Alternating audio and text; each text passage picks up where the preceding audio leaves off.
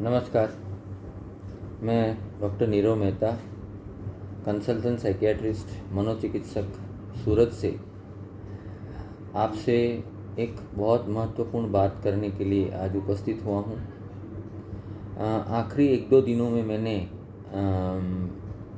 2-3 लड़कियाँ या तो लड़के, एक एकाध लड़का जो 7वीं 8वीं में पढ़ रहे थे, उसमें से किसी ने, सब लोग, ये तीनों या 4 लोगों ने एक ऐसी आत्महत्या करने की कोशिश की कि जो मैं मानता हूँ कि बहुत गंभीर थी और वो बच गए लकीली। तो आपको लग रहा होगा कि भाई ये उम्र में आत्महत्या करना, तो देखो, पहली मैं ऐसा बोल रहा हूँ कि भाई ऐसी कई चीज़ें होती हैं कि जो हमको लगता है कि ये बच्चे नहीं करेंगे या तो नहीं कर पाएंगे क्योंकि वो इतने छोटे हैं कि उनको क्या मरने का ख्याल आएगा। लेकिन कल की ही एक पेशेंट की बात करूँगा कि उसकी बहन की जो दवाई चालू थी कोई भी, तो वो 150 गोली उसने ले ली। तो वो 150 गोली उसके शरीर में गई तो वो पूरी बेहोश हो गई और आज अभी उसको थोड़ा होश आया। शायद वो उसको अगर हॉस्पिटल नहीं ले जाते तो शायद वो मर जाती। तो मैं आपसे एक बहुत महत्वपूर्ण बात करने के लिए आज उपस्थित हुआ हूँ कि कौन कौन से ऐसे फैक्टर हैं कि जो आपको ज़्यादा देयर वो आपको बताते हैं, डॉक्टर को बताते हैं या रिश्तेदार को बताते हैं कि वो आत्महत्या की कोशिश सही में करेंगे। तो पहली चीज़ है, अगर कोई भी आपको मानसिक समस्या है, जैसे डिप्रेशन है, स्किज़ोफ्रेनिया है, कोई भी मानसिक रोग ऐसा है कि जो आपको आत्महत्या के लिए प्रेरित करेगा। अगर आपको कोई नशे की आदत है तो आपकी आत्महत्या करने की संभावना है वो बढ़ जाती है। दूसरा है, अगर पास्ट में आपने या पेशेंट ने जो आत्महत्या होती है उसका इंटेंट बताया हो, यानी मैं करना चाहती हूँ, मैं करना चाहता हूँ, या तो कोई पास्ट अटेम्प्ट हो जो उसमें से बच गए हैं। फिर तीसरी बात, जो घर में डोमेस्टिक वायलेंस है या तो घर में झगड़ा है, फैमिली हिस्ट्री ऑफ सुसाइड, अगर घर में माँ बाप में से किसी ने या किसी भी रिश्तेदार में बहुत पहले सुसाइड अटेम्प्ट किया हो और वो मर गया हो, फिर अचानक कोई फ्रेंड का मर जाना या तो फैमिली मेम्बर का मर जाना, तो वो लोग आत्महत्या की कोशिश ज़्यादातर करते हैं, तो उनमें ज़्यादा ध्यान देना चाहिए। फिर ऐसा बोला जाता है कि भाई कई बार इंडिकेटर ऐसा होता है कि कोई आदमी नशा नहीं कर रहा है तो अचानक नशा करने लगे, उसका बिहेवियर पूरा चेंज हो जाए। कई बार सुसाइड करने वाले जो लोग होते हैं तो उसके रिश्तेदार बताते हैं कि उनका गुस्सा बढ़ गया था, उनका चिड़चिड़ापन बढ़ गया था। फिर जो एक और इंडिकेटर है वो खुद का ध्यान कम रखना, यानी जो पहले पेशेंट अपना अच्छा पूरा ध्यान रखता था, नहाना धोना बराबर था, सेल्फ केयर बराबर थी, तो अभी वो चला गया है या तो कम हो गया है। फिर एक और चीज़ है कि भाई अपनी जो मामूली चीज़ होती है, जैसे मेरे पास जो अच्छी चीज़ें होती हैं वो मैं अगर किसी को दे दूं अचानक, तो आपको समझना है कि ऐसा क्यों कर रहा है। फिर कई पेशेंट्स होते हैं वो अचानक पेशेंट अपने रिश्तेदार को गुड बाय बाय बाय बोलते हैं कि भाई ऐसा हो, तो ये विल बनवाते हैं बड़े लोग, या तो जो छोटे लोग होते हैं वो बोलते हैं कि मैं अभी जा रहा हूँ, going for a long vacation. मैंने एक पेशेंट का स्टेटस देखा था, going for a long vacation. तो ये सब चीज़ें होती है। फिर कई पेशेंट ऐसे होते हैं कि जो अपने आप को नुकसान करने की कोशिश करते हैं, कोशिश तो करते ही हैं लेकिन पहले हमको बोलते हैं कि भाई मैं करूँगा। तो कई लोग क्या बोलते हैं कि भाई जो बरसते हैं वो गरजते हैं, वो बरसते नहीं हैं, लेकिन हकीकत में ऐसा नहीं है। गरजने वाले भी बरस सकते हैं। तो जो भी पेशेंट आपको ऐसा बोलते हैं कि 100 लोगों ने अगर आत्महत्या की है तो 100 में से 80 लोग कभी ना कभी अपने रिश्तेदार को पहले बता चुके होते हैं कि मैं मर जाना चाहता हूँ।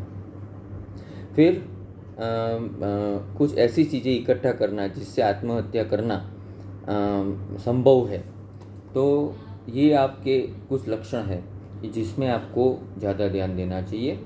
दूसरा है कि पेशेंट अगर बोले कि मैं मेरा भविष्य कोई काम का नहीं है, मैं हेल्पलेस हूँ, मेरा कोई मदद करने वाला नहीं है, मैं कुछ काम निकम यानी कोई काम का नहीं हूँ, और मेरा भविष्य कुछ नहीं है, होपलेसनेस लगती है उसको। फिर कई बार कई पेशेंट्स होते हैं, उनका एक्सीडेंट की प्रक्रिया बढ़ जाती है। मेरा एक पेशेंट था, उसको इतने एक्सीडेंट होते थे, तो फिर मैंने पूछा कि भाई अब एक्सीडेंट, तो उसका भाई बोलता था साला कैसा है कि वो एक्सीडेंट करता रहता है। तो जब मैंने पूछा तो वो बोलता था कि उसको कभी भी मरने के ख्याल आते थे तो वो ट्रक में घुस जाता था। तो ये भी एक आत्महत्या करने की संभावना बढ़ जाती है। फिर एक और चीज़ है कि भाई अगर किसी को कोई लिखावट करता है कि भाई मैं ज़िंदगी में मेरा बर्डन है, ये फलाना, मैं ये बोझ है, मैं बोझ हूँ, दुनिया बोझ है, ये सब बोले, तो हमको उसके ऊपर ध्यान ज़्यादा देना चाहिए। तो एक ही चीज़ आपको करनी है कि कभी भी कोई आपका रिश्तेदार कोई बोले कि भाई मुझे ज़िंदा नहीं रहना है, तो वो आपको कभी भी नज़रअंदाज नहीं करना है। उसके ऊपर पूरा ध्यान रख देना है कि उसके साथ आपको 24 घंटे रहना है। और हो सके तो आपके उनके रिश्तेदार, अगर कोई आप सीधे रिश्तेदार नहीं हो तो आप फ्रेंड हो या कोई हो तो उसके रिश्तेदारों को बताना चाहिए। तीसरी बात जो मैं चाहूँगा कि ऐसी सब चीज़ें जिससे वो आत्महत्या की कोशिश कर सके, वैसी सब चीज़ें वहाँ से हटा लेनी है। दवाइयाँ है, नशे की चीज़ें हैं, जैसे धारदार चीज़ें हैं, जैसे चाकू है, ब्लेड्स हैं, वो आपको वहाँ से हटा लेने हैं और उनका एनवायरनमेंट सेफ बनाना है। और आखिरी बात कि अगर आप कुछ नहीं कर पाओ तो सबसे नज़दीकी जो आपके डॉक्टर होते हैं, मनोचिकित्सक है या कोई भी, या तो मानसिक रोग की हॉस्पिटल है, वहाँ पे आपको उसका कांटेक्ट करना है। तो आपको अंदाज़ा हुआ होगा कि भाई 9th स्टैंडर्ड या तो 6th स्टैंडर्ड या 7th स्टैंडर्ड के बच्चे भी टेंशन में आके कुछ ऐसा स्टेप ले लेते हैं जिनके जो भी एक आत्महत्या की कोशिश गिना जाता है। बीच में एक मैंने ऐसा देखा था कि एक लड़का था, वो अचानक कहीं निकल गया और मिला ही नहीं। तो वो जब वो मिला तो उसको पूछा कि तुम कहाँ गए थे, तो वो बोला था कि मैं ट्रेन में बैठ गया कहीं पे भी। तो वो ट्रेन जहीं पर कहाँ पर रुकेगी वहाँ मैं अपनी पूरी ज़िंदगी काटूंगा, because he was not able to face, वो हकीकत का सामना नहीं कर पा रहा था। तो ये सब चीज़ें होती हैं कि भाई लिथलिटी ऑफ मेथल। एक चीज़ मैं बोलना भूल गया कि जो आत्महत्या की कोशिश जो जिससे करते हैं लोग, वो उसकी जो लिथलिटी है, मतलब जो नुकसान करने की संभावना है, वो अगर ज़्यादा है, बराबर है, जैसे कोई बंदूक ले ले या तो कोई तेज़ चाकू से, बराबर, तेज़ चाकू का इस्तेमाल करे, तो ये सब चीज़ें आपको ध्यान रखनी चाहिए कि अगर आपका कोई रिश्तेदार मरने की कभी भी कोई चीज़ बात करे या मुझे ज़िंदा नहीं रहना है, मैं शायद दूर चला जाऊं, काश मैं मर जाऊं, तो आपको ये समझना है कि वो कभी भी आत्महत्या की कोशिश कर सकता है।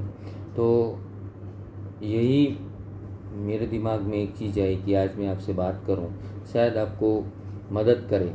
तो होप फॉर द बेस्ट। और हर एक मनोव्यथित आदमी को या औरत को हमको मदद करनी चाहिए, क्योंकि हमारा जैसे हमको शारीरिक बीमारी हो सकती है, वैसे मानसिक बीमारी भी एक शरीर का भाग है जो आपको हो सकती है। तो मगज आपका दिमाग का भाग है, तो आप उसमें भी हो सकता है। तो आप पूरा ध्यान रखिए, अपने रिश्तेदारों का ध्यान रखिए, अपना खुद का ध्यान रखिए। और ये चीज़ आप समझिए कि आपके लिए डॉक्टर्स बैठे हैं।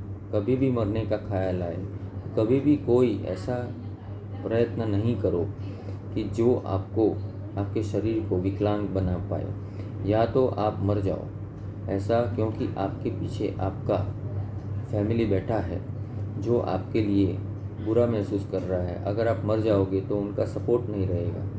तो इसी के साथ मैं आज ये बात मेरी समाप्त करूँगा। अगर आपको कोई भी प्रश्न हो तो मेरा नंबर है 9879155494।